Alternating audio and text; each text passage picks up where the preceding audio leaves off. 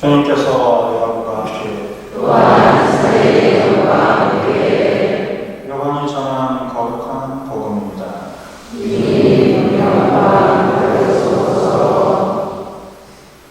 축제 때 예배를 드리러 올라온 이들 가운데 그리스 사람도 몇 명 있었다. 그들은 갈릴레아 벳사이다 출신 빌립보에게 가서 선생님 예수님을 뵙고 싶습니다 하고 청하였다. 빌립보가 안드레아에게 가서 말하고 안드레아와 빌립보가 예수님께 가서 말씀드리자 예수님께서 그들에게 대답하셨다. 사람의 아들이 영광스럽게 될 때가 가까웠다. 내가 진실로 너희에게 말한다. 밀월 하나가 땅에 떨어져 죽지 않으면 하나 그대로 남고 죽으면 많은 열매를 맺는다. 자기 목숨을 사랑하는 사람은 목숨을 잃을 것이고 이 세상에서 자기 목숨을 미워하는 사람은 영원한 생명에 이르도록 목숨을 간직할 것이다. 누구든지 나를 섬기려면 나를 따라야 한다.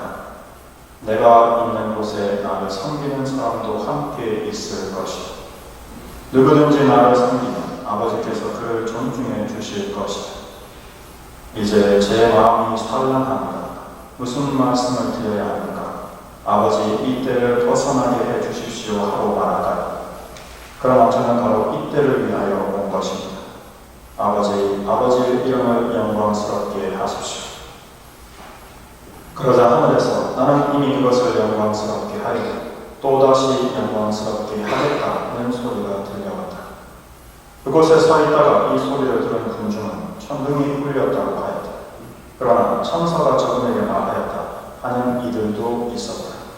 예수님께서 이르셨다. 그 소리는 내가 아니라 너희를 위하여 내린 것이다. 이제 이 세상은 심판을 받는다. 이제 이 세상의 우두머리가 밖으로 쫓겨나는 것이다.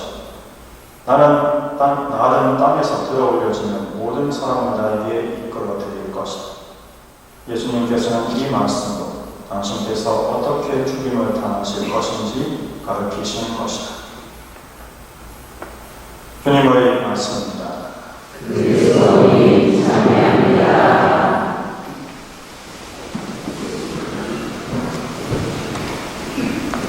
모든 사람을 나에게 이끌어 드릴 것이다.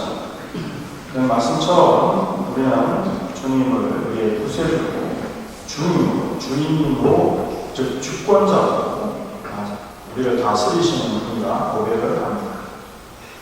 제가 우리는 종교인이 아니라 신앙인이 되어야 한다고 말씀을 드렸습니다. 즉 하나님, 예수님을 믿는다는 것은 그분의 주권을 인정하고 따른다는 것이기도 합니다. 또 우리의 목표가 주님의 식탁이 되어야 한다고 말씀드린 바가 있습니다. 즉 하나님 나라에 들어가는 것으로 만족하지 말고 주님의 도성, 즉 사대문 안으로 또 주님의 궁전 안으로 마지막으로 주님 식탁에까지 가자고 말씀을 드렸습니다. 그 군중이 백성이 되고 백성이 제자가 되고 마지막으로 자녀가 됩니다. 이방인이었던 우리는 하나님의 말씀을 듣고 그것이 호기심이든 아니면 주님께 도움을 청하기 위해서는 예수님을 찾아갔고 주님의 말씀을 듣습니다. 주님의 말씀은 예수님의 말씀을 듣고 예수님의 주권을 인정하고 주님을 나의 구세주로 봉헌하면서 세례를 받으면 하나님 백성이 됩니다. 즉 하나님 나라에 들어갈 자격을 얻게 된 것이죠. 하지만 우리의 목표는 하나님 나라에 들어가는 것으로 끝이 아니라 더 높은 곳에 있어야 합니다. 예수님의 가르침을 실행으로 옮기고 그 말씀을 따르기 시작하면 제자가 될 수 있고 주님 왕궁 안으로 들어갈 자격을 얻게 됩니다. 왕궁 안으로 들어가는 것이 끝이 아니라 하나님을 사랑하고 내 뜻, 내 의지가 아니라 하나님 뜻, 하나님 의지에 맞는 삶을 살려고 하게 되면 예수님, 성모님처럼 하나님의 자녀가 되고 결국 주님 식탁에 함께 앉을 수 있게 됩니다. 즉 주님의 이끄심을 제대로 따르는 사람은 자녀로서 주님 식탁에 함께 앉는 사람이 될 수 있는 것입니다. 제가 천국의 사목을 시작하면서 4개년 계획에 대해서 말씀을 드렸습니다. 지금 그 첫 해, 즉 우리의 지식을 새롭게 하는 재점검의 기간을 보내고 있습니다. 모르는 것을 믿고 모르는 것을 따를 수 없습니다. 하나님도 마찬가지입니다. 우리가 하나님을 제대로 모른다면 어떻게 하나님을 따를 수 있겠습니까? 구약의 역사는 하나님을 이해하고 하나님과의 관계를 기록해 놓은 역사입니다. 그렇기 때문에 이스라엘 민족의 역사의 것이 아니라 하나님을 이해하고 하나님과의 관계를 맺기 위한 사람이 알고 들어야 하는 역사인 것입니다. 하지만 인간의 능력으로 절대 알 수 없는 하나님을 예수님께서 오셔서 그분의 내적인 뜻과 힘적인 영역에 대해서 우리에게 알려주셨습니다. 따라서 우리는 예수님을 통하지 않고서는 하나님께 다다를 수 없습니다. 하지만 그 전에 성령님을 통하지 않고서는 결코 예수님께 다다를 수 없습니다.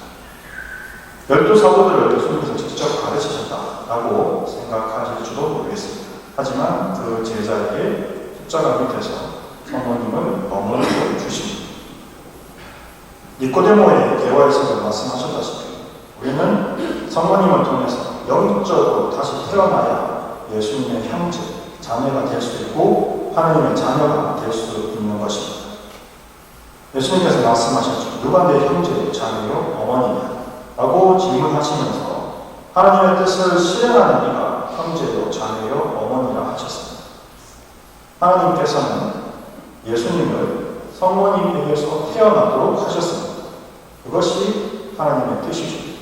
따라서 하나님의 뜻이 예수님조차도 성모님께 태어나는 것이 원하시는 것이었다면 우리 또한 성모님께로부터 영적으로 새로 태어나야 합니다. 그래서 2년째는 우리가 성모님을 닮는 것이고 성모님께 새롭게 태어나야 하는 것. 3년째는 이제 드디어 예수님에 대해서 배우고 예수님의 가르침을 이해하고 더욱 깊이 실천하는 마지막 4년째 하나님과 일치를 이루는 단계를 듣고 그것을 목표로 삼을 수 있도록 설정한다고 말씀을 드렸습니다. 따라서 제가 지금까지 준비한 저의 각각의 단계는 모두 4단계로 분석이 되어 있습니다. 즉 군중, 백성, 제자, 자녀, 하나님 나라, 주님의 도성, 주님의 왕궁, 식탁. 따라서 군중에서 교리를 배워서 백성으로 올라가고 백성이 성모님을 배워서 제자의 단계에 오르며 제자가 예수님을 배우고 익혀서 자녀의 단계에 되고 이 자녀가 성령과 일치를 이루어서 하나님과 하나가 되어가는 것이 제가 정립한 복음을 통해서 하나님께 다가가는 단계입니다.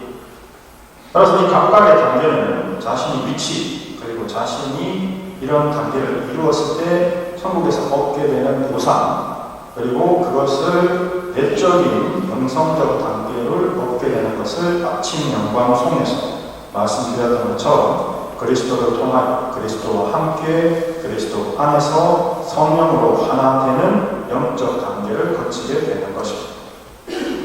이건 제가 4년에 걸쳐서 설명을 드리지만 이것이 4년 안에 완성될 수 있는 과정은 아닙니다. 각 단계를 잘 듣고 그 단계에 대한 이해를 하시고 평생에 걸쳐서 그 단계를 걸어가셔서 정말 성령 안에서 하나님과 일치를 이루시는 마지막 단계를 모든 신자분들이 이루셔서 주님 식탁에 함께 앉아서 주님의 축복의 자녀를 건배할 수 있는 그날을 간절히 희망합니다. 아멘.